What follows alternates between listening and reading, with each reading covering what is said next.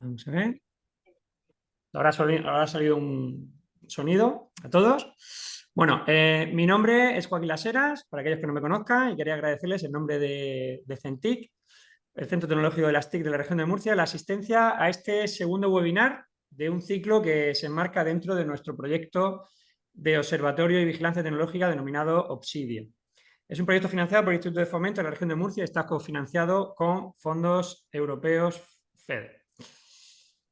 Bueno, aquí podéis ver el ciclo de webinars. El martes ya tuvimos el primero de ellos. En este caso habló Javier Garzás sobre las tendencias en gestión ágil de productos. La semana que viene, el miércoles, tendremos otro relacionado con cómo crear esos productos teniendo en cuenta siempre la perspectiva del usuario final, de ese cliente, con la experiencia de usuario. Y bueno, hoy Emanuel pues nos hablará, en este caso, un poco, cogeremos el producto desde la perspectiva de hacer un buen producto de calidad y para ello tenemos que tener equipos, digamos, que estén, bueno, pues que como veremos, que no tengan el síndrome del burnout, ¿no? Que luego nos explicará Emanuel qué significa eso. Y para ello utilizaremos Stream Programming, ¿vale? Que como pone ahí, podrá mejorar nuestra vida. Veremos las características o las buenas prácticas que en los que nos pueden ayudar a hacer un mejor software.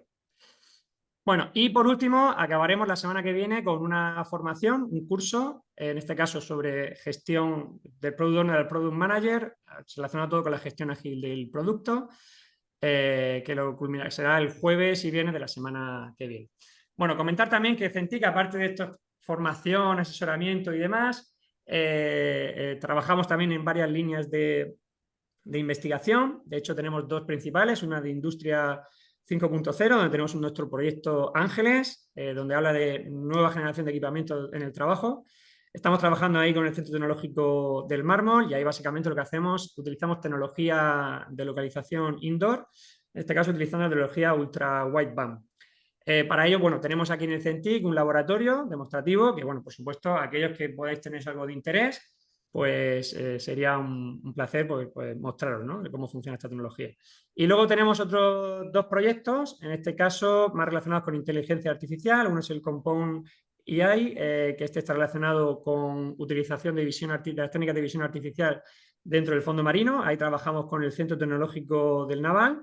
Y luego tenemos otro que es un proyecto de investigación que hacemos en solitario, que trabajamos en mejorar de alguna forma pues todos estos large language model o lenguajes de modelo que se han puesto tan de moda como ChatGPT y demás. Bueno, pues trabajamos intentando añadirle información de contexto.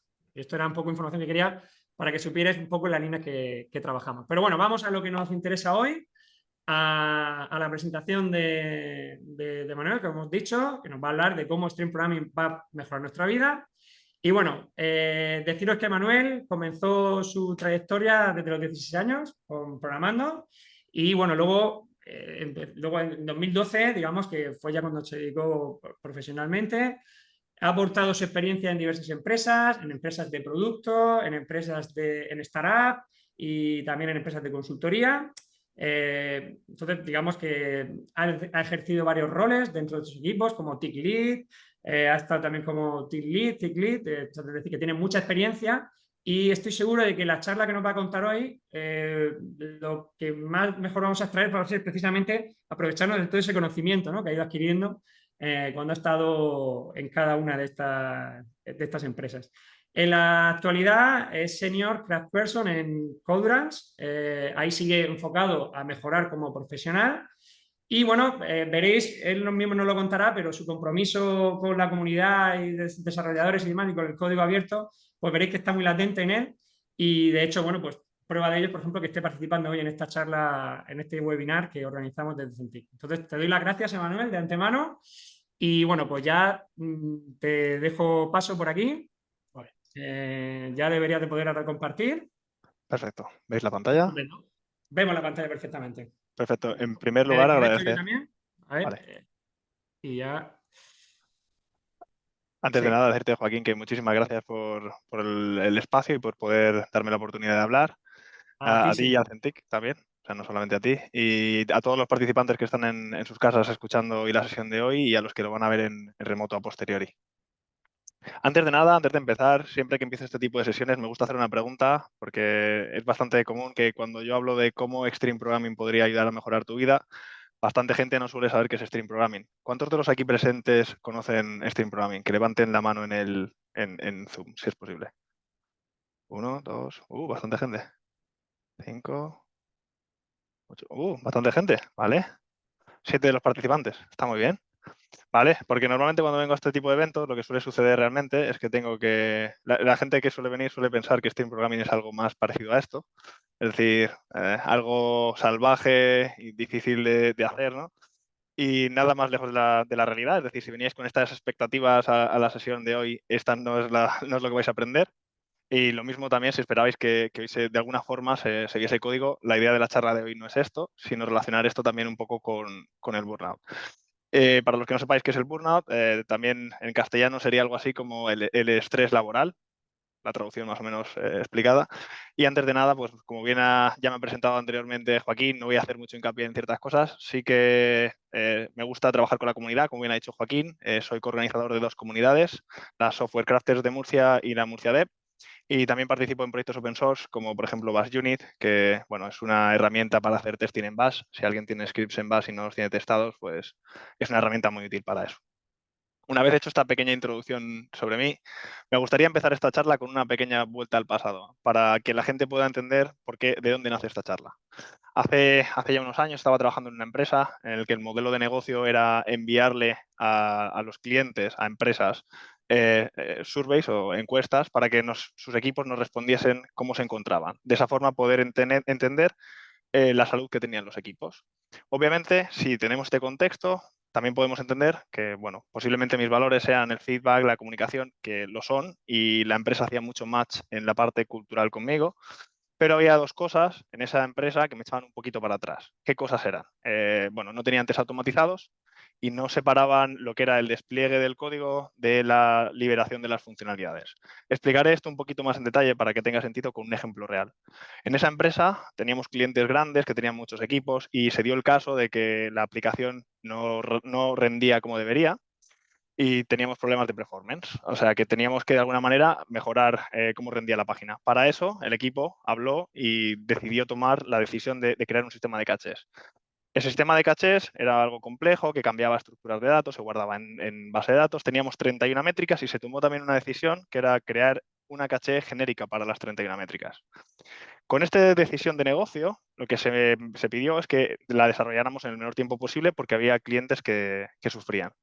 Vale, con este contexto, yo empecé a desarrollar esta tarea. Lo que sucedió fue que yo cogí mi código, salía una rama, porque trabajábamos en ramas, salía una rama, hice unas 100 líneas de código y mi código ya no era mergeable en master. Es decir, yo ya no podía entregar mi código, subirlo a producción y que ese código funcionase de ninguna de las maneras. ¿Por qué? Porque había roto la funcionalidad, no había retrocompatibilidad y cada vez que hacía cualquier cambio en el código tenía que evaluarlo. Teníamos 32 métricas en aquel momento y para evaluar cualquier cambio que yo hacía en el código, os podéis imaginar el dolor que era que cada vez que haces un cambio tener que ir a la web, comprobar cada una de las métricas, ver que todo funciona adecuadamente. Bueno, bastante tedioso, podríamos decir, ¿no? Y bastante doloroso. Esto acabó de alguna manera llevándome a que desde el primer día yo ya no quisiera hacer muchas cosas porque estaba agotado, estaba exhausto, no tenía ganas de ir al gimnasio, de ver a mis amigos, cosas que para mí eran importantes. Y con el tiempo, este desarrollo se llevó aproximadamente un mes y medio hasta poder finalmente finalizarlo. Tuve que también ir trayéndome los cambios que mis compañeros iban haciendo porque no podía mergear los cambios y me traía conflictos que tenían otros compañeros. Y esto de alguna manera fue friccionándome hasta que en algún momento llegué a tener tanto estrés porque no sabía la cantidad de cosas que tenía en la cabeza que acabé burnout, acabé estresado y teniendo que plantearme unas vacaciones de 2 semanas que tuve que coger en ese momento. Para explicarlo de una manera gráfica, para que a lo mejor se pueda entender de una manera sencilla, esta imagen se la debo a Alfredo Artiles, que lo presentó en un taller de educación sistémica. Y en esta imagen lo que viene a reflejar es que cuando no tienes test automáticos, la posibilidad de fallo aumenta, ¿vale? Bueno, el failure rate en sí va a aumentar. Eso te va a llevar a tener que apagar esos fuegos que van saliendo en producción y eso te va a llevar de alguna manera a tener que, en vez de desarrollar funcionalidades, tener que apagar esos fuegos y estar más quemado, porque cada vez tienes que estar más enfocado en resolver fuegos y que en desarrollar funcionalidades. Esto es una manera sencilla de poder visualizar cómo no tener test automáticos afecta directamente al burnout. Bueno, ¿qué es lo que vamos a ver hoy? Hoy vamos a ver qué es el burnout, cuál es la situación actual del sector, qué soluciones está poniendo el sector para reducir el burnout y qué podríamos hacer para mejorarla. El burnout. Bueno, lo diré varias veces a lo largo de la sesión, pero yo no soy un experto ni en salud, ni en psicología, ni sociología. Por lo tanto, hice lo que cualquier profesional podría hacer, que es documentarse, y encontré, según la Organización Mundial de la Salud, que la definición de burnout es una enfermedad profesional que es el resultado del estrés laboral crónico mal gestionado o no bien gestionado. Me gustaría que si os tuvierais que quedar con la definición de burnout fuese que es una enfermedad profesional relacionada con el estrés y la parte importante a la que volveremos a hacer hincapié a posteriori es mal gestionado. Normalmente, cuando tienes burnout, las sensaciones que sueles tener es te sientes agotado, como comentaba anteriormente, te sientes distanciado de la empresa o de tu situación laboral. Esto en Estados Unidos actualmente se llama quiet quitting, es decir, poco a poco vas dejando tu trabajo y esto, obviamente, el tema de la motivación acaba impactando de alguna manera en tu eficacia profesional. Es decir, intentas hacer las cosas, pero estás tan desmotivado que no te apetece hacerlas, ¿no? Pero la clave importante aquí es que cada individuo es responsable de su propio bienestar. Hemos hablado antes de que debería ser bien gestionado. Es decir, la empresa no tiene el 100% de la responsabilidad de nuestro estrés, sino que nosotros también de alguna manera tenemos que ser capaces de decir hasta aquí llego y estos son mis límites, ¿no? O más o menos por esas líneas, ¿no? El estado actual del burnout, según un estudio que hay de 2021, dice que 2 de cada 5 personas que fueron encuestadas, que fueron 30.000 personas del sector de IT, estaban en alto riesgo de burnout y que el 42% de estas personas en los próximos 6 meses estarán en burnout. También nos dice que esta enfermedad también afecta, o enfermedad profesional, afecta mayormente a mujeres y que normalmente la mayoría de los síntomas, o el más común, el 62%, suele ser que te quedas emocionalmente vaciado y físicamente sin ganas de hacer las cosas. Y bueno, pensemos, si esto es el estado actual del burnout, si esto es cómo están las cosas y teóricamente ya llevamos mucho tiempo trabajando, ha habido varias versiones de gestión de equipos, de gestiones de trabajo a nivel empresarial, debería de haber alguna solución para solventar este problema, ¿no? Así que, como bien he dicho antes, me fui a Google, busqué estudios y encontré 2 estudios, uno de 2012 y uno de 2020. En ellos se estipulaba más o menos algunas de las soluciones que podrían disminuir el efecto del burnout o del estrés laboral.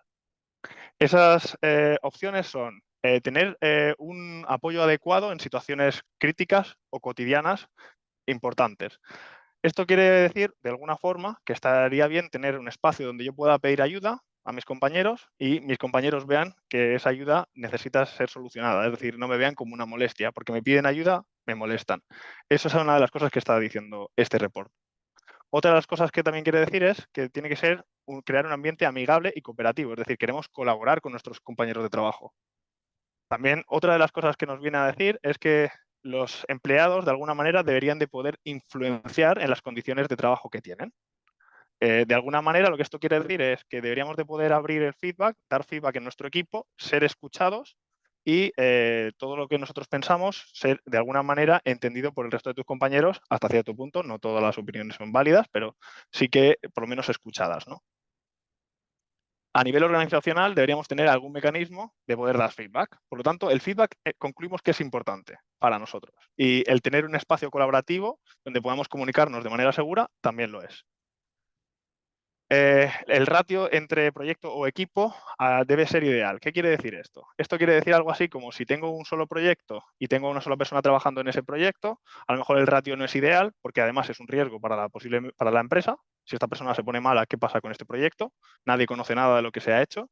Y también puede ser mucha carga para esta persona porque tiene que saber demasiadas cosas y tener demasiado contexto. Eso en el ratio de 1:1, pero si hiciéramos para un equipo o un proyecto 20 personas, tendríamos un problema bastante similar.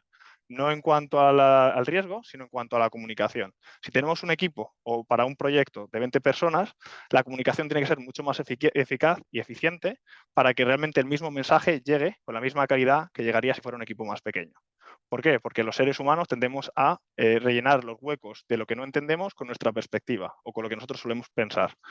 Y eso a veces no es lo más sano del mundo. ¿Qué quiere decir esto? Si alguien me transmite un mensaje y yo no lo he entendido totalmente, posiblemente inferiré lo que yo creo o mis creencias en los huecos que faltan.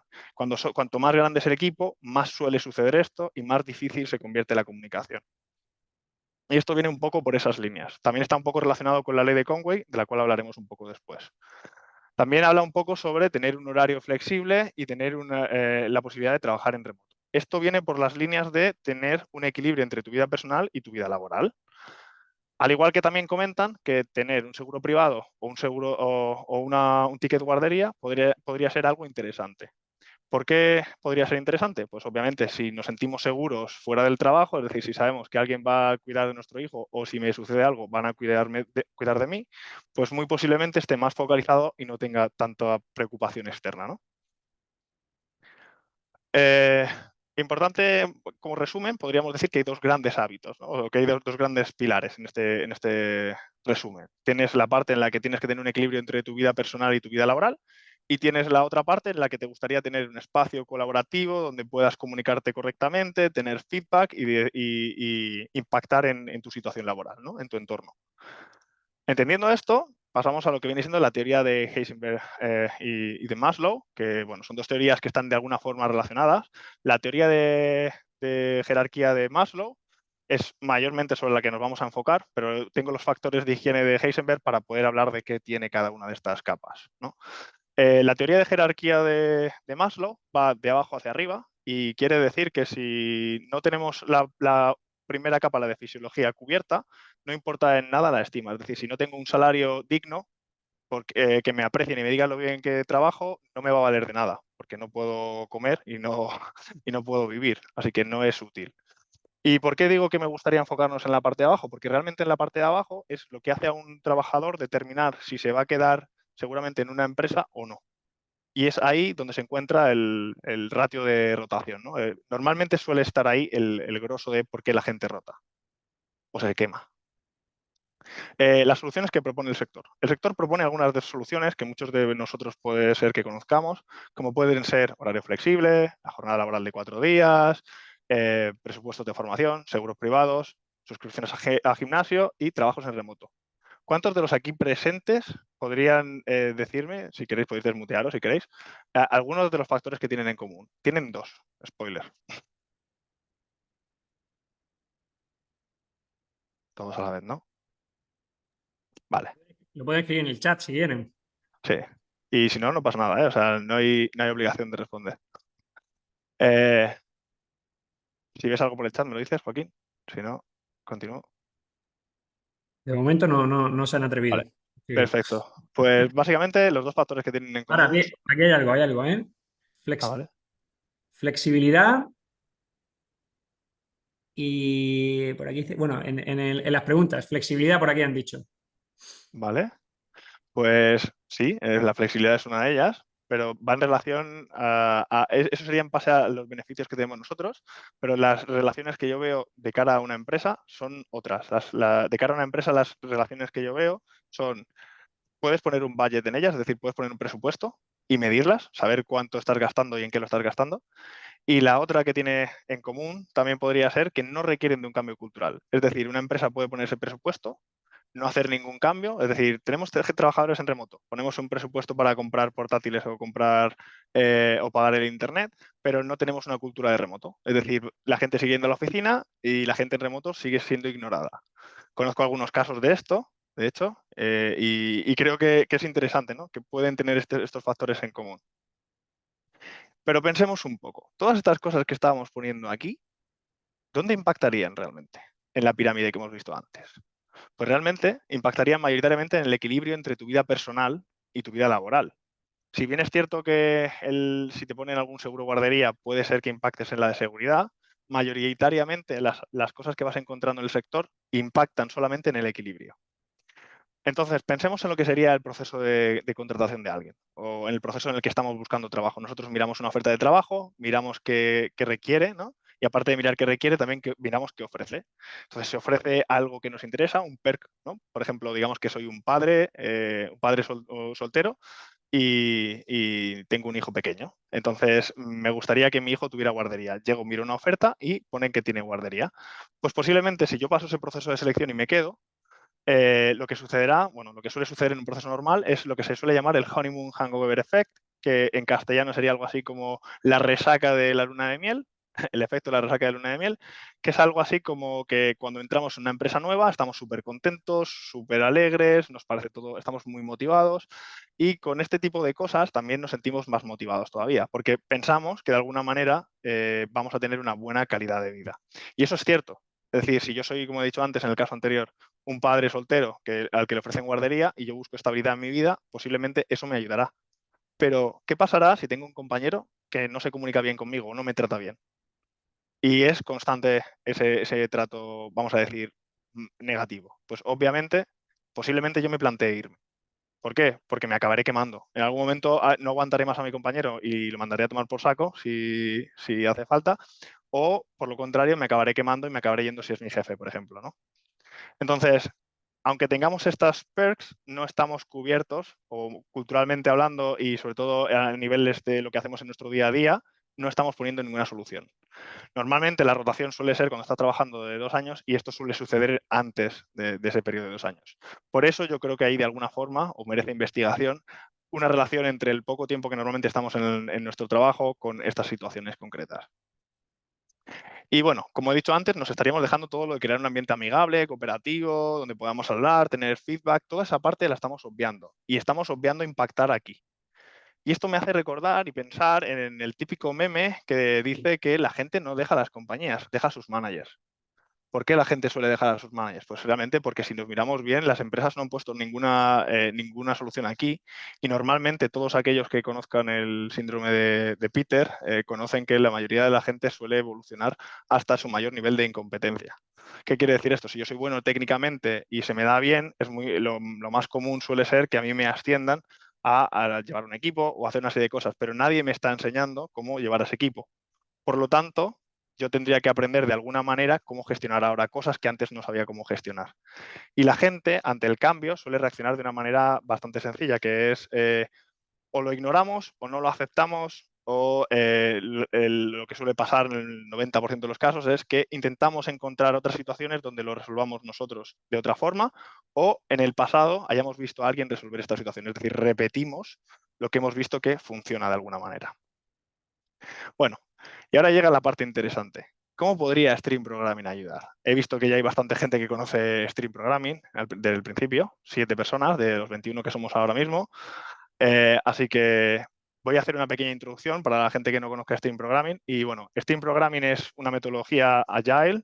De hecho, para mí es la raíz del manifiesto Agile. Los principios de Agile vienen de Stream Programming. Ken Beck, que es el creador de Stream Programming, también creó JUnit, Test Driven Development y fue uno de los que firmó el manifiesto Agile. Y los pilares de Stream Programming son 5 valores, 14 principios y 12 prácticas. Yo normalmente suelo añadir un valor más, el cual comentaré después, pero bueno, vosotros os quedaréis un poco con cara de ¿qué me está contando este? Con valores y prácticas y principios, ¿no? Y realmente para mí es lo más importante de Steam Programming, es el valor añadido que aporta. ¿Y por qué digo esto? Normalmente los valores, yo suelo decir que se demuestran en las pequeñas acciones que nosotros hacemos en el día a día. ¿Qué quiere decir esto? Si yo soy una persona que pide feedback, que tengo como valor personal feedback, muy posiblemente al final de cada una de mis acciones yo pida feedback para saber cómo mejorar esto, ¿no? Y así es como de alguna manera mis pequeñas acciones tienen una acción, un output, ¿no? Y los principios son la manera en la que nosotros focalizamos esos valores, esa conexión entre los valores y las prácticas. Sé que suena todo muy etéreo, pero luego un poco más adelante hablaremos un poco sobre los principios y qué relación tienen entre ellos. Es importante recalcar una cosa. Stream Programming es una metodología que requiere mucho de comprender lo que son valores y principios. Por eso suelo decir que si queréis de alguna manera aplicar Stream Programming, la gente dentro de la empresa o dentro del equipo debería de entender qué significan esos valores y principios. Y luego haré un poco de hincapié aquí en qué quiero decir con esto. Bueno, y pasamos a los valores de Stream Programming. Stream Programming tiene 5 valores, como bien he dicho antes, que son feedback, comunicación, coraje, simplicidad y respeto. Pero aparte tienen uno que me gusta a mí añadir mucho, que es el pragmatismo. Y ahora vamos a hablar un poco de estos valores. La comunicación normalmente es el primer valor del que suelo hablar, ya que sin la comunicación no puedes tender puentes, también se pueden destruir puentes, y la comunicación es el punto de entrada para cualquier relación humana, por así decirlo, ¿no? Y la mayoría de los errores o problemas que solemos tener realmente a lo largo del día a día o en un equipo suelen tener bastante que ver con una mala comunicación o con una falta de comunicación. También es importante, y un ejemplo de ello es para las organizaciones, y el ejemplo es la ley de Conway. Para los que no conozcan la ley de Conway, es básicamente que las empresas, o la estructura de la empresa refleja, y los sistemas, tienen una relación uno a uno. ¿Qué quiere decir? Si tengo un equipo de frontend, un equipo de backend, un equipo de sistemas, muy posiblemente cuando vaya a hacer slicing de tareas haga tareas de frontend, tareas de backend, tareas de sistemas, lo cual me lleva a un silo y me genera otros problemas. Pero la comunicación será bastante similar. Es decir, yo hablaré con el equipo de frontend, y lo mismo será para la hora de crear los tickets. Vale, el feedback. El feedback para mí es uno de los valores más importantes, si no el más importante de Stream Programming, y que es uno de los fundamentos mediante los cuales podemos ver riesgos como oportunidades y mediante los cuales podemos crecer. Para mí un feedback tiene que tener una serie de características o una serie de niveles, ¿no? Para tú poder tener un buen feedback, desde mi punto de vista, tienes que ser capaz de extraer feedback, aunque se te diga, digamos, de una mala manera. Porque lo importante es extraer qué es lo que me quieren decir y cuál es el problema que intento resolver. Para poder dar feedback, para mí es muy importante que lo des de manera empática, asertiva y directa. A veces no se puede hacer de esta manera, a veces no se puede hacer empáticamente, depende de lo que queramos decir, pero está bien que sepas hacerlo de esa manera para poder por lo menos dar buen feedback. Luego es ser capaz de accionar ese feedback, porque si me dan feedback pero no soy capaz de accionar nada, es decir, no soy capaz de cambiar nada, en realidad de nada me vale ese feedback. Soy consciente de ello, pero no puedo hacer nada. Y por último, para mí el mayor nivel del feedback es que yo sea capaz de observarme a mí mismo y darme feedback antes de que otros me lo den. Y esos son principios o cosas importantes que para mí debe tener alguien cuando quiere dar buen feedback. Coraje. Y esta es una de las razones por las que decía que todo el mundo en la empresa tiene que entender los valores y principios de Stream Programming. El coraje diría que es el valor más difícil. ¿Por qué? Porque tenemos diferentes tipos de personalidades. Hay personalidades que son más confrontativas, personalidades que son menos confrontativas y no van a interactuar de la misma manera ante un problema. Unos van a intentar evadir el problema, otros van a ir de frente con el problema o van a intentar confrontar a la persona que genera el problema. Y esto requiere que sepamos con quién tratamos y también requieren de valentía para poder levantar la mano cuando algo no va como debería de ir o cuando tenemos que hacernos responsables. No solo levantamos la mano para decir esto no está bien, también levantamos la mano para decir es mi responsabilidad, es mi culpa, yo tengo que hacerlo. Y obviamente eso también de alguna manera te ayuda a superar ciertas situaciones. La simplicidad. La simplicidad para Stream Programming, este valor, es para mí uno de los más importantes. Es una manera de no adelantarnos, de ser pragmáticos, intentando conseguir lo que queremos conseguir sin pensar en mucho futuro. Es decir, tener la capacidad de adaptarnos. Intentar maximizar el valor que vamos a aportar con el conocimiento que tenemos en el tiempo que tenemos y con el contexto que tenemos, dando pasos pequeños e incrementales. Y para los que seáis desarrolladores, seguro que conocéis el término YAGNI, que es You Ain't Gonna Need It, que va bastante relacionado con este valor. Este valor también ayuda bastante a reducir la carga cognitiva, porque si no tengo que pensar en el futuro, es decir, si es un problema del Manu del futuro, posiblemente no tenga que preocuparme de ese problema ahora. Respeto. El respeto es para mí una clave y veremos cómo se relaciona esto luego con las prácticas. Pero bueno, el respeto por tu equipo, por tu trabajo, por ti mismo, que aquí es donde se encuentra la parte del burnout, es decir, tú tienes que saber decir, tener coraje suficiente para levantar la mano cuando algo no vaya bien y respetarte a ti mismo. Y también por tus ideas y las de las contribuciones de tus compañeros. Por último, el que he añadido yo, que es el pragmatismo. El pragmatismo es el valor de llegar a un punto intermedio de entre dos ideas para poder de alguna manera salir de un atasco. Y para eso normalmente utilizamos una práctica que es el disagree and commit, que es básicamente si hay dos personas teniendo una confrontación de ideas, uno de ellos dice, vale, dejo mi idea y te acompaño en tu idea hasta el final, no te voy a juzgar, no voy a sacar las cosas que tengo en contra de tu propuesta, vamos a intentar hacerlo juntos y cuando lleguemos al final reevaluaremos si lo que hemos hecho está bien o no y entonces tomaremos la decisión de volver atrás o no.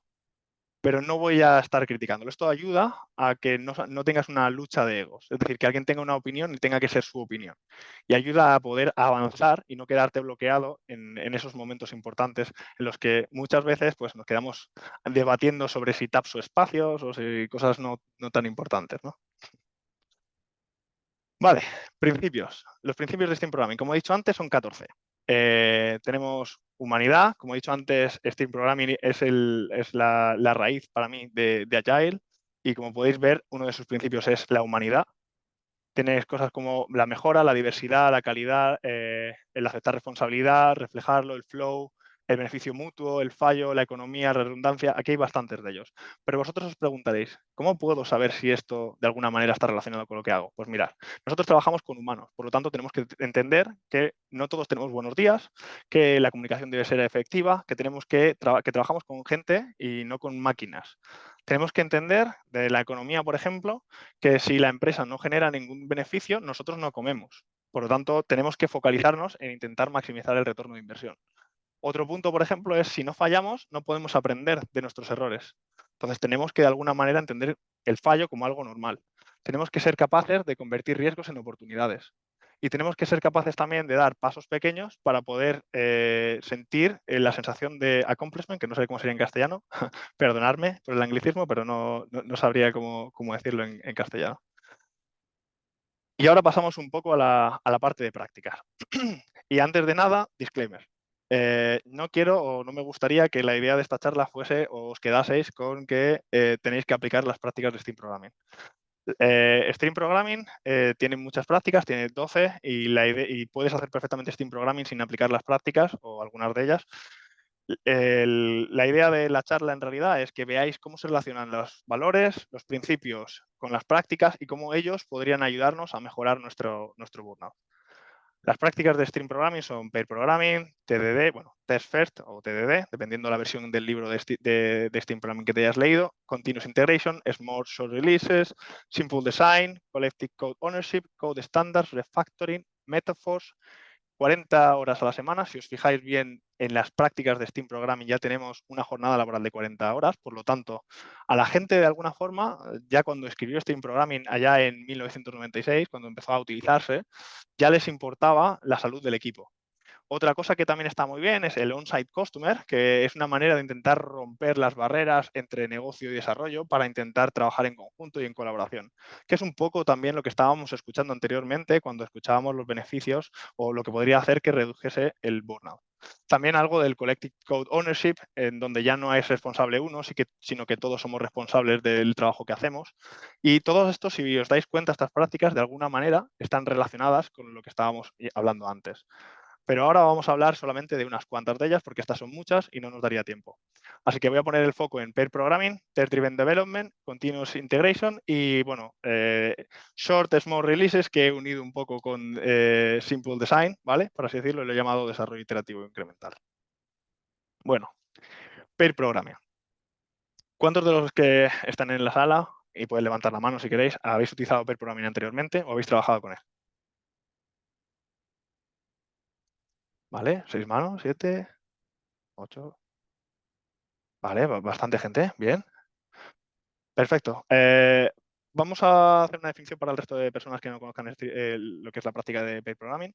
Pair Programming es básicamente dos personas trabajando sobre el mismo problema. Si fuera mob serían más de dos personas trabajando sobre el mismo problema, intentando resolverlo de una manera estructurada y focalizada en resolver el problema. Y la ley no escrita, pero más importante para mí del pair programming, es que antes de que una idea llegue de la cabeza de una persona al ordenador, debe siempre pasar por la cabeza del resto de los interlocutores. Es decir, si es un pair de los dos y si es un mob de todos los presentes. ¿Por qué? Porque obviamente estamos obteniendo feedback corto y necesitamos entender lo que la otra persona quiere decir. Y como podéis ver, abajo tenéis relacionados los valores que tendrías que tener a la hora de aplicar esta práctica de Stream Programming. La comunicación, ¿por qué? Porque tienes que tener una buena comunicación para decirle a tu compañero lo que quieres hacer. El coraje, porque a veces te harán propuestas de cambios con las que no estarás de acuerdo y tendrás que levantar la mano y decir, no estoy de acuerdo con lo que me estás diciendo, creo que deberíamos tirar por otro lado. El respeto, porque tu compañero te va a estar, o tu compañera te van a estar dando feedback constantemente y puede ser que lo que te digan no te lo tomes como un ataque y no es el punto. La idea es que aprendas de él y respetes las ideas que tiene tu compañero. Y el feedback, porque te van a decir hacia dónde ir y dónde podríamos ir en unos periodos de tiempo aproximados de segundos o minutos. Así que, ¿cuáles son los beneficios que tiene Pair Programming? Pues bueno, Pair Programming tiene beneficios como puede ser un feedback muy corto, en segundos o minutos, reducir los silos de conocimiento y la gestión de los riesgos para la empresa. Es decir, si ahora yo me pongo malo y estoy haciendo pairing con un compañero, mi compañero tiene el mismo contexto que el que tengo yo y él puede seguir la tarea si yo no estoy. Por lo tanto, es un beneficio. También simplifica la transferencia de conocimiento. ¿Qué significa que simplifica la transferencia de conocimiento? Los dos tenemos el mismo contexto, estamos trabajando en lo mismo. El foco, como he comentado antes, que es que estás trabajando enfocado en resolver el problema. Luego tienes las revisiones de código mientras estás trabajando, el feedback que comentaba antes, y la propiedad de código compartido. Ya no es hago un código que subo una pull request y cada vez que alguien me quiera dar feedback me va a solicitar a mí que lo cambie, sino que somos un mini equipo dentro del equipo que va a intentar de alguna manera resolver el problema. Vale, ¿y cómo afecta la carga cognitiva? ¿Cuántos de los aquí presentes trabajan con ramas y pull request?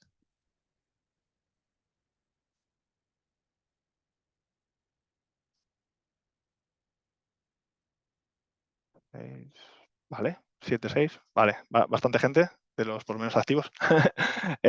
Vale, esta slide viene básicamente a hablar de la carga cognitiva que tienes. Digamos que yo trabajo en una tarea hoy y Joaquín está trabajando en otra tarea. Empezamos ahora y yo termino mis 2 semanas, hago mi pull request antes de finalizar la iteración y le digo, hey, por favor, Joaquín, ¿me revisas el código? Vale, Joaquín, que estaba trabajando en su tarea, ahora tiene que dejar su tarea, leerse mi tarea, entender el concepto de negocio que yo intento aplicar, metérselo en la cabeza, coger el concepto de código que yo he puesto, metérselo en la cabeza y entonces escribir un feedback dándose cuenta de que no tiene el mismo contexto que yo y que cuando él me dé el feedback a lo mejor yo no lo entiendo, o sea que va a tener que estructurar muy bien el feedback y cuando él me dé este feedback posiblemente yo ya esté trabajando en la siguiente tarea, porque como esta la puedo dar por finalizada, cuando yo empiece a coger la siguiente tarea y empiece a meterme en las cosas de negocio, Joaquín me llamará y me dirá, escucha, este es el feedback, ¿qué te parece? Y tendré que sacar todo el concepto de negocio que había metido otra vez para volver a revisar ese feedback y así sucesivamente tantas veces como feedback haya. Y eso obviamente genera muchos cambios de contexto y al final hace que sea muy difícil trabajar. Una vez dicho esto, ¿cuál sería la carga de pair programming? La carga cognitiva. No hablo de lo que sería la carga del foco, sino la carga cognitiva. La carga cognitiva es bastante más baja. Pongamos un ejemplo. Digamos que yo y Joaquín, como he dicho antes, estamos trabajando en una tarea. Empezamos hoy a trabajar en esa tarea. Llega el miércoles, bueno, empezamos un lunes, llega un miércoles, no hemos terminado la tarea y vamos a rotar, va a venir otra persona y va a trabajar conmigo. Yo voy a ser el ancla de esa tarea. Mi trabajo, mi responsabilidad es ese miércoles, que ya hemos todos tomado el acuerdo de que vamos a cambiar, yo tengo que transmitirle a la persona que va a venir el conocimiento de lo que hemos hecho hasta ahora y de la necesidad de negocio y lo que le queda a la tarea. En ese momento ya he transmitido todo el conocimiento que he hecho hasta ahora, toda la información de negocio, todo lo que nos falta. Y si yo me fuese, esa persona podría de alguna manera continuar, de una manera más eficiente o menos eficiente, pero podría hacerlo. Y si tuviéramos test, es decir, podría ir revisando los test que hemos ido haciendo y qué es lo que nos falta por testear, ¿no? O sea, podría continuar de alguna manera. Y esto que veis aquí delante es lo que se conoce un poco como una matriz de rotación. La matriz de rotación es una herramienta de feedback también interesante, que a veces no se menciona, pero vamos a leerla para que todo el mundo esté en la misma página y entienda lo que significa. Lisa y Aisa están haciendo pairing juntas actualmente y Lynn y Cameron están haciendo pairing juntos. Como podemos ver, los anclas de las tareas en las que están trabajando ahora mismo son Lynn y Lisa. Pero también es una cosa muy interesante. Esto nos ayuda a saber con quién tenemos que hacer pairing en la siguiente iteración y también nos ayuda a organizarnos con las tareas que pueden ser más complejas, a la par que si miramos ese 3 entre Lynn y Lisa, podemos ver de alguna manera que por alguna razón esas personas no se han ido de vacaciones, no han estado trabajando con otros compañeros más que con nadie en general, porque están todos igualados, pero ellos no han hecho pair. Y eso de alguna manera me puede generar un debate, yo como parte del equipo, con ellos, de donde yo les pregunte, hey, ¿sucede algo entre vosotros? Cuando estoy haciendo pairing con ellos de manera natural, yo puedo tener estas conversaciones. Y esto también favorece la comunicación y sobre todo el feedback. Vale, ¿en qué lugares tiene sentido tener una pull request? Bueno, pues en lugares como open source, de hecho fue pensado para eso, es decir, las pull requests fueron pensadas para la kernel de Linux en su momento. Y también en otros momentos, como por ejemplo estar en zonas horarias diferentes. Es decir, si alguien está en Estados Unidos y yo estoy en España, posiblemente no tengamos ningún solapamiento de horas y no podamos trabajar juntos. Lo que se llama hot hours es cuando tenemos solapamiento de horas y cold hours sería cuando no tenemos horas en conjunto. Y luego también se puede utilizar las pull requests para lo que se llama ship, show, ask, que básicamente es yo hago la funcionalidad, la despliego, hago la pull request y la utilizo para compartir el conocimiento con mis compañeros. Bueno, hemos hablado de los beneficios, hemos hablado de qué tiene, ¿no? O qué alternativa puede ser para lo que tenemos ahora, pero hablemos también de qué desventajas tiene. Pues las desventajas es que el foco que te genera también te da fatiga, y para eso se suele sugerir que tengáis pues, alguna gestión de tiempo, ya puede ser Pomodoro o cualquier otra técnica que te pueda servir, y que se hagan descansos activos. Obviamente, el pair programming también requiere de unas buenas habilidades de comunicación. Es decir, si no soy bueno comunicándome y soy una persona no social, pues a lo mejor el pair programming no es para mí, y es algo que tendría que evaluar o que tendría que hacer autocrítica y ver si es algo que quiero trabajar internamente. Y pasamos a Test Driven Development. Test Driven Development, bueno, para mí es un hábito. Este ciclo que veis aquí, esta imagen, es clave. Me dice cuando un test tiene que estar en rojo. Si estoy en un test en rojo, sé lo que puedo hacer y lo que no puedo hacer. Si estoy en un estado en verde, sé lo que puedo hacer y lo que no puedo hacer. Pero para los que no conozcan Test Driven Development, hagamos una introducción. Normalmente en Test Driven Development sueles empezar haciendo un test que falla, sueles hacer la mínima implementación para que ese test pase, y eso se suele llamar fake it until you make it. ¿Qué significa? Normalmente tú haces la mínima implementación, por lo tanto vas a devolver el mínimo código posible o vas a implementar el mínimo código posible para hacer pasar el test. Solo este test, sin pensar en nada más adelante. Aquí podéis ver la simpleza. No estoy pensando en el futuro, estoy pensando en lo que tengo. Obviamente, si el test estaba en rojo antes y ahora está en verde, es decir, si pasa, me está dando un feedback. Por lo tanto, tengo el feedback ahí. Y la comunicación es porque literalmente a la hora de preparar esto, yo estoy pensando a nivel de negocio qué es lo que tengo que estar haciendo. Bueno, outside in o acceptance test driven development, o bueno, muchas maneras de hacerlo, de explicarlo, no es ni más ni menos que el mismo concepto de TDD, es decir, hacer un test en rojo, luego hacerlo pasar en verde y luego refactorizarlo. Por cierto, me he skipeado el punto de refactor. Después de hacerle pasar el test en verde, hacemos commit, vamos a la fase de refactor. Y en la fase de refactor, para los que no conozcan el término, refactor no es cambiar el comportamiento de la aplicación. Si cambiáis el comportamiento de la aplicación, no estáis haciendo un refactor, estáis haciendo un rewrite, estáis reescribiendo el código. El refactor simplemente lo que intenta es evaluar en los test en la fase, en el código de test o en el código de producción, si requerimos cambiar algo, ¿vale? Si algo puede cambiar y tener una mejor estructura para ser extensible a cambio y poder hacerlo. Después de hacer ese refactor, volveríamos a lanzar los tests, deberíamos estar en verde y haríamos un commit final para poder continuar.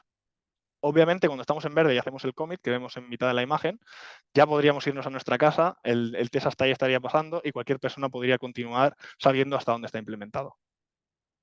Lo que estaba diciendo antes de outside in TDD o de acceptance test TDD es el mismo concepto que TDD, es el mismo ciclo, lo único que estamos cambiando es el sujeto bajo test, donde antes posiblemente estaríamos trabajando en un concepto a lo mejor más pequeño o más dentro de la aplicación, aunque puede hacerse desde fuera.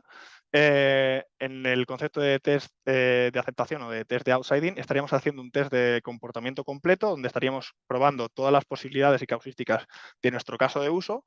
Ese test estará muchísimo más tiempo en rojo, pero a medida que vamos lanzando el test y yo voy implementando cosas por dentro, se irá poniendo en rojo por razones distintas. Por lo tanto, el test de fuera, que se encarga de comprobar que el comportamiento que nosotros esperamos de la aplicación es el correcto, nos irá de alguna manera guiando junto con los otros pequeños ciclos para saber qué tenemos que hacer, ¿vale? Algunos de los beneficios de TDD. Bueno, simplificar la carga cognitiva, nos da seguridad para realizar cambios, nos ayuda a poder hacer un mejor diseño, ya que nos puede ayudar a guiarlo o por lo menos a plantear cuál sería el diseño. Y luego algunos de los otros beneficios, que son beneficios irrisorios, que yo suelo decir, es decir, beneficios no directamente relacionados con TDD, puede ser evitar optimización prematura, nos permite realizar cambios de manera sencilla, porque normalmente hacemos la fase de refactor y vamos cambiándolo poco a poco. Y normalmente también ayuda a minimizar el número de errores, ¿vale? Digo errores, no bugs, porque no es lo mismo. Y también de alguna manera, al tener un código más testable, nuestro código puede ser de mayor calidad. Cuando digo puede ser de mayor calidad, significa que porque hagas TDD no significa que tu código va a ser 100% de alta calidad. Puedes hacer TDD y no hacerlo bien, también es posible. Vale, y vamos por la parte graciosa. ¿Qué suele pasar en la mayoría de los proyectos cuando empiezas sin test? Pues suelen empezar como a la izquierda, es decir, vas a un rocódromo, estás aprendiendo, puedes hacer virguerías, y si llevas 6 horas en el rocódromo haciendo virguerías como la que está haciendo a la izquierda, sueles acabar como el que está a la derecha. En algún momento te caes. ¿Por qué? Porque estás agotado o porque es difícil continuar. Y es más o menos lo que suele pasar en los proyectos cuando no tienen test o cuando hacen test después, ya que los test de después normalmente también tienen otras cualidades, no siempre, pero en algunos de los casos, o en la mayoría de los casos que yo conozco, lo que suelen acabar llevando es antipatrones de testing o a otros problemas que también pueden generar. Por eso comentar la diferencia, ¿no? ¿Y qué sería hacer TDD hiperprogramming? Pues bueno, hacer TDD hiperprogramming no es ni más ni menos que coger la acción que teníamos antes y plantearla de una manera un poco más profesional. Cuando pongo profesional lo pongo entre comillas, porque lo que quiero decir aquí es, imaginaos que aquí os esté jugando la vida, a ti te gustaría tener un compañero que te sujete, que cuando te vayas a caer te pueda mantener, te gustaría tener bien puestos lo que viene siendo los puntos de seguridad para poder pivotar si hace falta y sobre todo que no te vayas a caer. Y esto no es ni más ni menos que lo mismo que has hecho anteriormente, pero aquí te estás jugando la vida y en el otro sitio estás en un rocódromo, donde a lo mejor no te la estás jugando de la misma manera. Enfoque iterativo incremental. El enfoque iterativo incremental no es ni más ni menos que, vamos a poner un ejemplo de metáfora, entre comillas. ¿Qué es más fácil? ¿Andar dando pasos largos y recogiendo la pierna lentamente desde una distancia más larga o con pasos cortos y pequeños? Pues normalmente suele ser mejor dar pasos cortos y pequeños porque va a ser más fácil andar. Andarás más a lo mejor, pero dentro de lo que cabe andarás con más seguridad y con una estabilidad concreta. Por lo tanto, no es ni más ni menos que intentar desarrollar las cosas de manera que consigas el valor esperado, de manera iterativa, obteniendo feedback e información de que lo estás haciendo de manera correcta. Normalmente suelen poner esta imagen como ejemplo de desarrollo iterativo incremental. No soy muy partidario de la imagen, pero es un ejemplo en el que se puede visualizar cómo empiezas con algo que puede funcionar como transporte y acabas con un coche, ¿no? Que no es la evolución para nada, pero suele ayudar a entender el problema. Y esto va bastante relacionado con el vertical slicing.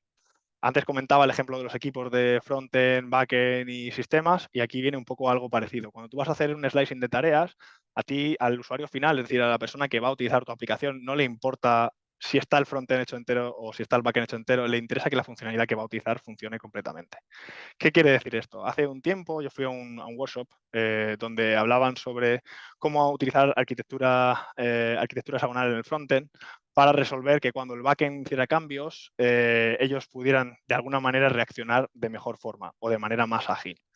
Y si nos damos cuenta, analizamos esta situación, están utilizando soluciones técnicas para un problema que realmente no es un problema técnico. Es decir, la solución sería que la gente de backend, para poder entregar la funcionalidad, en vez de solamente entregar la parte de backend, entregasen la de backend y la de frontend y no se pudiera liberar la funcionalidad hasta que eso estuviera totalmente desarrollado. Mientras que la solución que están poniendo es una solución técnica a un problema humano. El problema es que la gente de backend y la gente de frontend deberían comunicar y comunicarse mejor y tener una liberación de funcionalidades juntos. Y la solución que han puesto es, bueno, vamos a utilizar arquitectura hexagonal, que no es la solución al problema, ni de lejos. Y normalmente cuando la gente hace slicing mal, suele pasar esto. No sé si alguien ha visto esta famosa imagen, pero lo típico, alguien dice, no, vamos a hacer esto, que esta funcionalidad es muy guay, tal, no sé qué, y acabas trabajando un mes en algo que no se parece en nada a lo que has hecho, o parcialmente. Y después de este meme, podemos pasar a Continuous Delivery y Continuous Deployment. Los he juntado un poquito, así que vamos a hablar un poco de las ventajas que tiene el Continuous Delivery y el Continuous Deployment, que es que despliegas los cambios continuamente, entregas valor a diario a producto, reduces los riesgos a la hora de conflictos. ¿Por qué? Porque estás constantemente desplegando el código, por lo tanto se tienen que estar mergeando constantemente, esa es la idea, o no tener ramas, trabajar solo sobre master, eso es otra idea que dejo ahí. Tener un arnés de seguridad, porque normalmente vas a tener tus tests que se van a ejecutar en tus pipelines y tener el despliegue automatizado significa no tener que levantar un servidor tú, subir las cosas, los ficheros ahí. ¿En qué se traduce esto? En más confianza para el equipo, más tranquilidad, más seguridad y sobre todo sensación de logro. ¿Por qué sensación de logro? Porque vas aportando valor de manera continua. Seguridad, porque tienes las pipelines. Tranquilidad, porque sabes que si cometes un error, las pipelines te lo van a notificar. Y confianza, porque al final tienes todo un arnés de ayuda. Bueno, cosas que suelo sugerir cuando alguien hace Continuous Delivery y Continuous Deployment. Yo suelo sugerir utilizar Trunk-Based Development, pero requiere de un nivel de madurez en el equipo. Por lo tanto, también es importante entender que no todo el mundo quiere o va a aplicar Trunk-Based Development, pero es una cosa que yo suelo sugerir. Sí que suelo sugerir, independientemente de la madurez del equipo, que utilicen Feature Flags. ¿Por qué? Porque te va a permitir separar lo que es el despliegue de la funcionalidad de cuándo se va a liberar. ¿Qué quiere decir esto? Que si ahora yo hago un desarrollo, lo saco a una rama o lo dejo en master, pongo un feature flag, que es básicamente un if, un trocito de if, que va a decir si esta funcionalidad está activa, ejecútate, si no, no lo hagas, me va a permitir subir mi código y reducir el conflicto de tener que sacar una rama, volver a traerlo, porque todo el código va a estar todo el rato en master. Y eso pues facilita mucho. Si trabajáis con ramas, pasaría algo parecido, pero podríais sacar la rama y ir mergeándola constantemente cuando queráis. Eso os permite tener ramas de vida corta, ¿vale? Y bueno, algo que para mí es muy importante es el tema de playbooks y postmortem. Para los que no lo sepáis, un playbook es cuando sucede un incidente, cuando hay una incidencia, algo que ha tumbado la aplicación o que está afectando al usuario final. Los playbooks es una manera de poder leer cómo poder revertir un cambio o cómo deberíamos actuar cuando suceda un cambio. Y los postmortem son una especie de retrospectivas que se hacen al final de estos incidentes para poder evaluar qué ha sucedido en ese incidente y qué acciones hay que sacar para que la próxima vez esto no suceda. También, otra cosa que suelo recomendar mucho, porque no he puesto aquí, son las salas de guerra. Las salas de guerra, si estás en horario de trabajo y tienes a tus compañeros, es varias personas de tu equipo se juntan en una sala cuando sucede un incidente y tienes personas de diferentes equipos con diferentes contextos que pueden ayudarte a identificar qué está sucediendo. Eso ayuda a mitigar bastante rápido los incidentes, aunque también tiene la carga de que las personas tienen que estar pendientes. Por lo tanto, suelo sugerir el tema de la observabilidad. La observabilidad es básicamente pasar de ser, pasar de ser activos a ser pasivos. Es decir, pasar de que alguien me llame por teléfono y me diga, hey, que la aplicación está rota, ¿sabes? O sea, esto no funciona. A poder llegar y que me llegue una notificación de Slack y me digan, hey, está pasando un incidente. Ya lo puedo ver yo solo y puedo accionar, sin necesidad de que nadie ajeno me llame. Y eso me pone en modo pasivo. Soy consciente y estoy más tranquilo. Problemas de no hacer CI/CD y cómo afectaría esto a Burnout. Vale. No tener deployments automáticos, por ejemplo, afectaría teniendo más lentitud a la hora de hacer despliegues, lo cual haría que nuestros cambios a la hora de desplegar fuesen muchísimo más grandes, lo cual posiblemente, porque son más cambios en conjunto, hace que los cambios sean más complejos, es decir, si hay un error yo no sería capaz de discernir de qué cambio viene. Eso hace que normalmente haya más fallos porque estás desplegando todo en conjunto y no eres capaz de saber de dónde, lo cual afecta al equipo porque pasa de ser un equipo que pueda gestionar cosas a un equipo que tiene que estar apagando fuegos constantemente. Es decir, te encuentras en un momento en el que todos son bugs y tienes que resolverlo. Eso de alguna manera te acaba quemando y acaba haciendo que programes menos o que quieras programar menos porque estás apagando fuegos y no tienes tiempo para programar. Y eso es un círculo vicioso. Para poder salir de ese círculo vicioso, ¿cómo impactaría tener un despliegue automático? Solo el hecho de tener un despliegue automático, con unas pipelines de seguridad normales, harían que el despliegue fuera más rápido, o sea, fuera más veces, perdón, que los cambios fueran más pequeños, la complejidad más pequeña, por lo tanto, menos posibilidad de fallo o solo fallos relacionados con lo que estamos desplegando y obviamente la sensación de burnout bajaría. Por lo tanto, estaríamos totalmente focalizados en sacar nuevas funcionalidades y seguir desplegándolas. Y esto sería un círculo virtuoso. Es la diferencia entre el círculo vicioso y el círculo virtuoso. Vale, como conclusión, no sé si os habréis quedado con todo lo que he dicho, pero si os tenéis que quedar con algo, para mí algo muy importante es Stream Programming impacta en todos los puntos que hemos comentado anteriormente que ayudarían a reducir el burnout. Hemos puesto algunos ejemplos donde se puede visualizar esto. También he de decir que Stream Programming o algunas de sus prácticas requieren de una madurez del equipo bastante elevada, por lo tanto la idea, como he dicho antes, no es que nadie coja esta charla y vaya a su trabajo e intente aplicarlos tal cual, sino que entienda el problema que tienen y vea si estas prácticas encajan, vean si el equipo entiende el problema y lo ve de la misma manera y si quieren las puedan aplicar. Entonces, esa sería mi conclusión al respecto de lo que sería la charla de hoy. Y me gustaría cerrar con una frase de Ken Beck, que es el creador de Steam Programming, como he dicho antes, y de TDD y de JUnit. Es que no soy un gran programador, sino simplemente un programador con grandes hábitos. ¿Y por qué digo esto? Porque, como decía antes, tus valores se reflejan en tus acciones del día a día. Entonces, tus hábitos son lo que van realmente a prevalecer y lo que va a hablar de tus valores y de tus principios siempre. Y ahora la pregunta clave es, ¿cómo podría aprender más de esto si estoy interesado? Pues si estás interesado en aprender más de esto, como he dicho antes, yo soy coorganizador de la Murcia Software Crafters y si os apetece hacemos entre 1 y 2 eventos a final a final de cada mes o cada mes. Os podéis suscribir al Meetup y podéis venir a eventos donde hacemos catas, damos charlas e intentamos fomentar el que la gente aprenda y compartir todo lo que nosotros hacemos para que la gente pueda también aprender de ello, si no lo tiene en su trabajo, que es algo que también puede pasar. Lo mismo pasaría con los eventos de Coduras, que hacen lo mismo, dan charlas. Y luego me gustaría hacer un poco ya de hincapié en lo que me gustaría que, si os ha gustado algo de la charla, hicierais vosotros un poco más de hincapié. Si os ha gustado el tema de Steam Programming, obviamente recomiendo el libro de Ken Beck, de Steam Programming Explained, donde él habla sobre Steam Programming, sobre sus valores y principios. El libro de Pragmatic Programmer es muy bueno a nivel cultural también. Y el de Software Craftsman también habla sobre la diferencia entre trabajar de una manera u otra. No hago spoiler, así que si alguien quiere que se lo coja. Y a quien le haya interesado el tema de TDD, hay una charla muy, muy interesante de Sandro Mancuso, que explica básicamente inside out y outside in, que son los términos que yo he hablado anteriormente, con dibujos en pizarra y va explicando cuáles son los beneficios. Si a alguien le interesa el tema de la carga cognitiva que estaba diciendo antes y cómo afecta a nuestro cerebro, el libro de Programmer's Brain básicamente habla sobre cómo nuestro cerebro funciona a la hora de leer código, de programar y demás, y también nos habla sobre nuestra famosa carga cognitiva. Por último, si tenemos problemas de comunicación o alguien en el equipo tiene problemas de comunicación, yo suelo recomendar estos 2 libros. Comunicación no violenta y Pensar rápido, pensar despacio, que ayudan bastante a la manera de comunicar. Y por último, si tenemos un problemas en los equipos, suelo recomendar las 5 disfunciones de los equipos de Patrick Lencioni, o si queremos mejorar las one-on-ones porque queremos tener ese feedback en otro lugar, el de Coaching Habits suele ayudar bastante. Y para dar feedback, yo suelo recomendar Radical Candor. Ahora, con respecto al tema de Agile, que para mí es algo también muy, muy importante, tenéis un Fireside Chat donde Sandro Mancuso también vuelve a hablar sobre la historia de Agile, donde él explica cómo empezó todo y cómo llegó. Y luego también tenéis el webinar que hizo Javier el otro día, Javier el día 14, en donde él habla con una línea de tiempo y va dibujando exactamente pues, qué ha ido sucediendo en cada momento. Una vez dicho esto, me gustaría dar las gracias y bueno, preguntar si alguien tiene alguna pregunta o duda. Bueno, Emanuel, la verdad es que genial, vamos, no tengo otra palabra para describir toda la visión que nos has dado en tiempo récord, ¿no? Porque al final lo has hecho ahí en unos 50 minutos más o menos que hemos estado.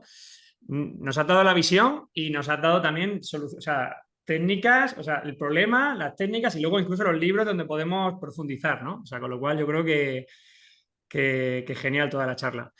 Yo, por mi parte, bueno, pues ahora, como dices, vamos a abrir un turno de preguntas. Aquellos que quieran preguntar, tenéis el chat, tenéis las preguntas, pero también si queréis preguntar directamente en directo, yo levantáis la mano y os habilito para hacer preguntas, ¿vale? Si alguien quiere, nada más que tiene que levantar la mano. De momento en el chat sí que había una pregunta. Eh, a ver, lo he probado en un par de empresas. Creo que esto era cuando estábamos hablando de Mood Programming, si no me equivoco. Entonces aquí dice, lo más difícil de mostrar que mientras el equipo inicia la práctica no va a ser tan productivo, pero después de un par de sprints se verá el aumento de la productividad, de llevar el código a producción. ¿Cómo podemos abordar esta problemática? Es decir, ¿cómo abordar y convencer a... Esto es una pregunta clásica. Vale, dejo de compartir. Y la pregunta era entonces, para parafrasear un poco, ¿no? Es cómo podríamos implementar estas prácticas, ¿no?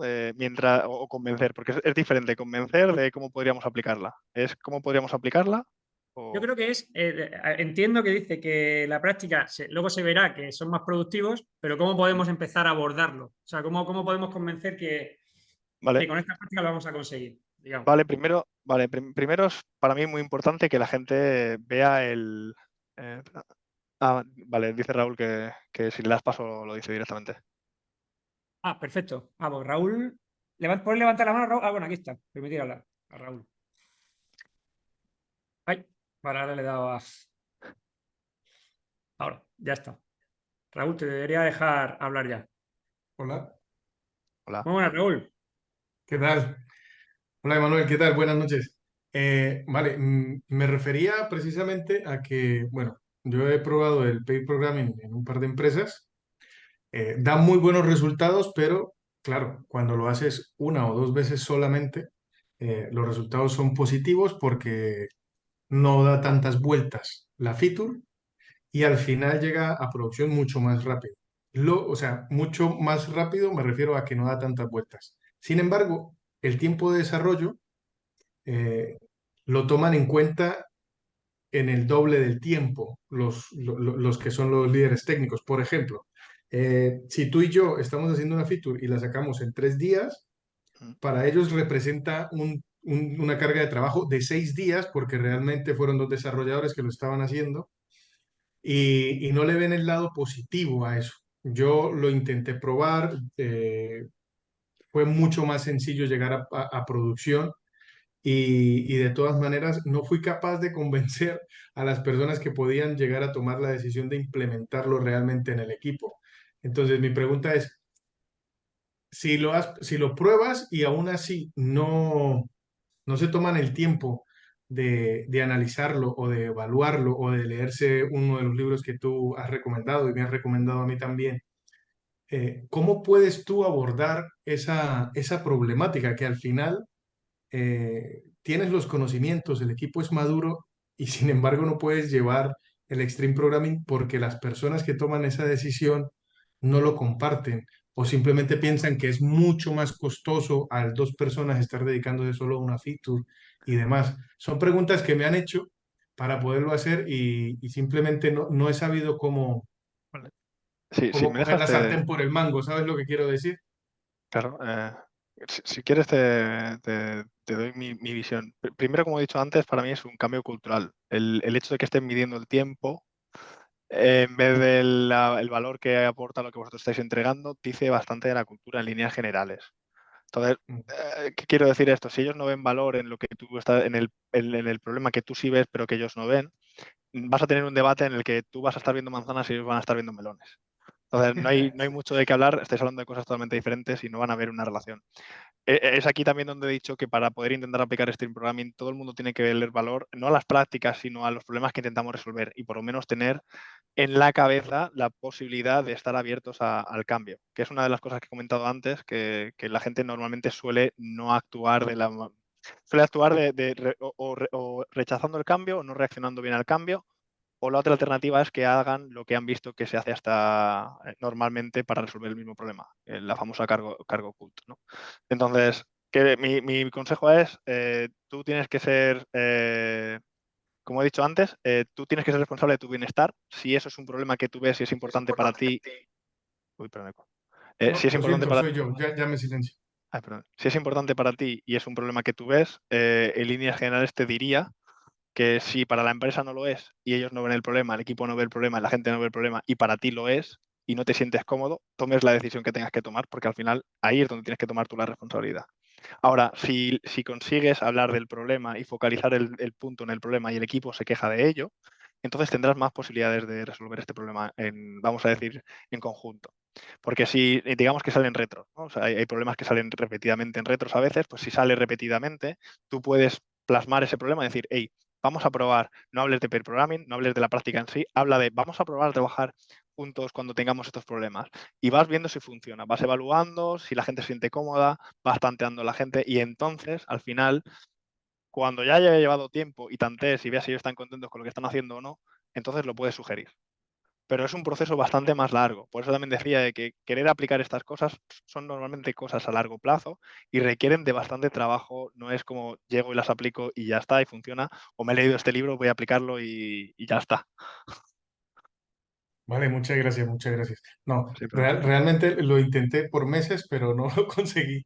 Y sin embargo, pues sí, lo que tú dices, tomé las decisiones pertinentes y bueno, ahora estamos asumiendo las consecuencias.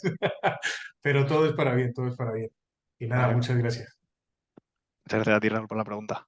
Muy bien. Benjamín, creo que, a ver, creo que estaba respondiendo aquí o ¿quieres Siéntete intervenir, libre, Benjamín? claro, siéntete libre de hablar, ¿eh? O sea, desmuteate y... Yo le he desmuteado. A ver si Benjamín quiere hablarnos. Hola, ¿me escucháis? Sí, Sí, perfectamente. No, que quería decir que yo veía más pair programming no como que trabajemos, o sea, dos personas en una feature durante todo el desarrollo, durante todo el sprint, sino que en momentos puntuales, pues que se puedan juntar esas dos personas para trabajar en algo muy concreto durante determinado tiempo, compartir el conocimiento, etcétera. Vamos, no sé, es así como yo veo el enfoque de pair programming. Solo era eso.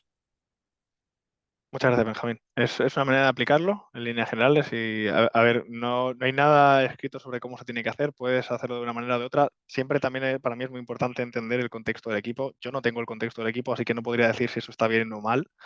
Creo que cada contexto es distinto y cada equipo sabe lo que necesita.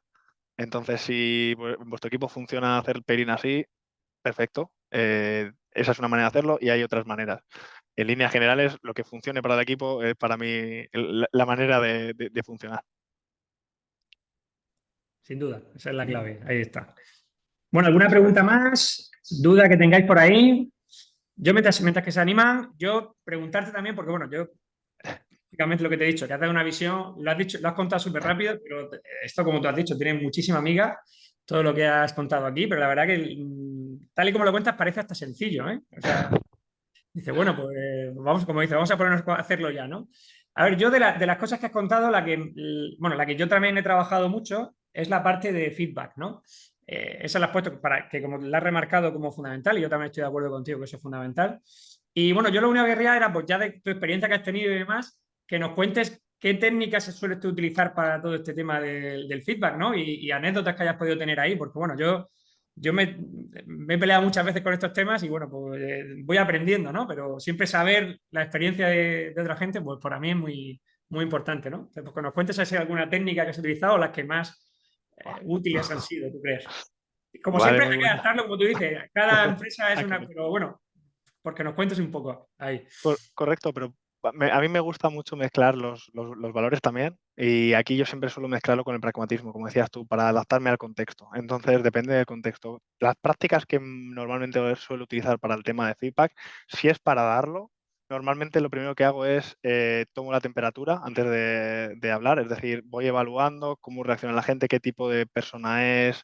A lo mejor es persona menos, vamos a decir, como he dicho antes, ¿no? Que hay dos tipos de personalidades, más confrontativa, menos confrontativa. ¿Qué tipo de persona es? ¿Cómo puede aceptar el feedback? ¿Lo acepta si yo doy pequeños feedback de cosas pequeñas?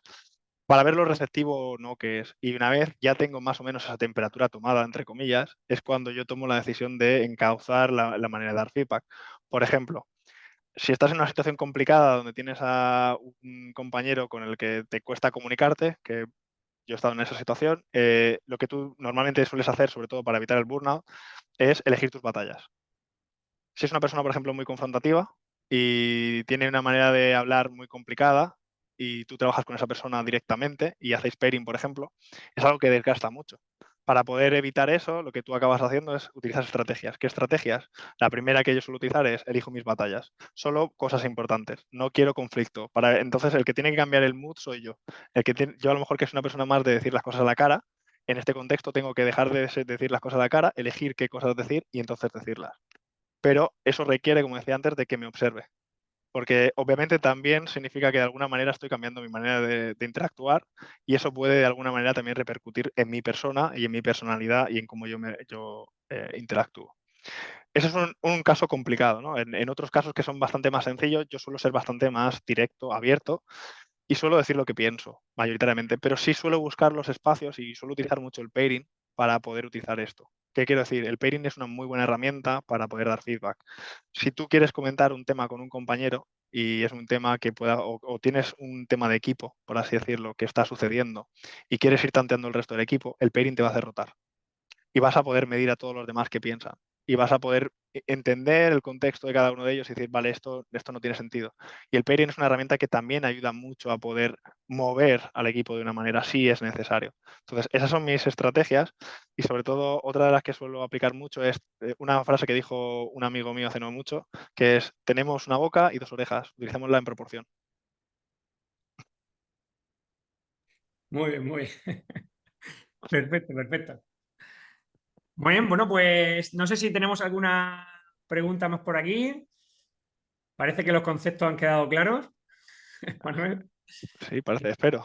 Jesús tiene la mano levantada, pero no sé si de antes o de ahora. No, la mano yo creo a ver, a Jesús, sí, perdón. sí, no sé si Jesús, tiene mano. lo tenemos. Vamos por Hola, aquí. Hola, gracias, Jesús. súper interesante la charla. Mi pregunta es que sí, tengo una duda, me ha sonado un poco contradictorio porque primero has dicho que por un lado el pair programming o stream programming es muy bueno para el equipo, pero luego también has dicho que depende mucho del contexto del equipo. Entonces, mi pregunta sería, ¿es posible que stream programming o pair programming en este caso concreto, por definirlo, por ponerle un ente, no sea bueno o no funcione en cierto equipo? ¿Y en qué Vale, caso sí, por qué no podría funcionar? vale.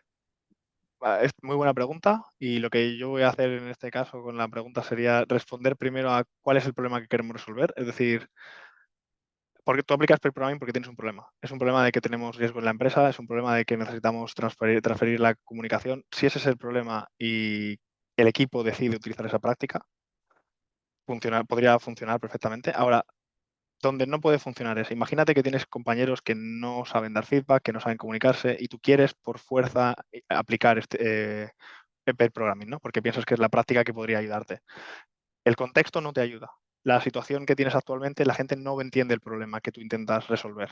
Entonces, en ese contexto, pair programming nunca va a funcionar, porque nunca vas a estar resolviendo ningún problema. Y sí podría ser contraproducente en el caso de que, aunque todo el mundo estuviese de acuerdo en hacer pair programming, y tuvieras a un compañero que realmente, como he dicho antes, ¿no? Esto es una casuística real, la que he comentado antes, en la que trabajas en equipo, haciendo peer con el resto, y tienes una persona que es muy conflictiva, altamente conflictiva, y que tiene una manera de expresarse muy directa y no sabe aceptar feedback. Vale, si ese es el caso, lo que te está fallando en realidad no es la práctica, lo único que está haciendo la práctica es estresar la situación de esta persona, lo cual debería de ser algo positivo, porque realmente te está diciendo que esta persona a lo mejor es la que no funciona. A veces, cuando hacemos este tipo de cosas, también lo que apreciamos son cosas que están bien y cosas que están mal. Yo suelo decir que cuando intentas aplicar estas prácticas, hay gente que no está abierta a hacerlas o aplicarlas, y si la empresa o el equipo decide ir hacia ese camino, a veces hay gente que se cae por el camino. Y que tenemos que ser capaces de vivir con esa posibilidad y de ser conscientes de que es una decisión para mejor para el equipo, ya que es el equipo el que ha tomado la decisión, no un individuo. Pero bueno, eso es un poco esotérico dependiendo del contexto también. Muy bien. Muchas gracias. Sin problema. Gracias, gracias, Jesús. Disculpa que no había visto que había levantado la mano, por eso no la había visto ahí. Aplausos por aquí de Antonio, te están dando.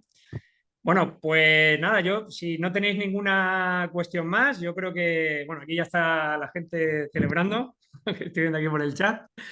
Bueno, pues nada, a mí solo me queda, la verdad que darte las gracias, Emanuel. Bueno, yo aquí por compartir, recordaros a todos que este ciclo de webinars continúa la semana que viene. Lo vamos a enfocar ya desde la perspectiva de User Experience, también del producto. Tenemos también, recordar también el curso, que creo que ya estamos en las últimas plazas para la semana que viene. Y ya pues simplemente pues daros las gracias a todos por esta charla. La verdad que, Emanuel, ahí está, un aplauso ahí total, porque la verdad que yo creo que no se podía haber englobado en menos tiempo y con la claridad con lo que has explicado. Y la verdad que muy contento de haber contado con un ponente de tu calidad. ¿Vale? Muchísimas gracias, Joaquín, y gracias por la oportunidad. Y a toda la gente por quedaros hasta el final y a la gente que lo vea en diferido también, gracias por invertir todo el tiempo hasta llegar hasta aquí. Eso es. Perfecto. Pues muchísimas gracias a todos y nos seguimos viendo en otros ciclos. Dime, Antes de dime. nada, iba a decir antes de nada a todo el mundo que vea la charla también decir que el feedback es bienvenido, así que podéis encontrarme en cualquier red social y darme feedback. Para mí será un placer poder escucharlo y poder mejorar. Muchas Ahí está. gracias. Ahí está. Hay que aplicárselo a sí mismo, efectivamente, lo que uno cuenta. Perfecto, Manuel. Un saludo y muchísimas gracias a todos. Seguimos hablando. Contacto. Salido. Vale, adiós, que estén bien, gracias. Hasta luego. Adiós.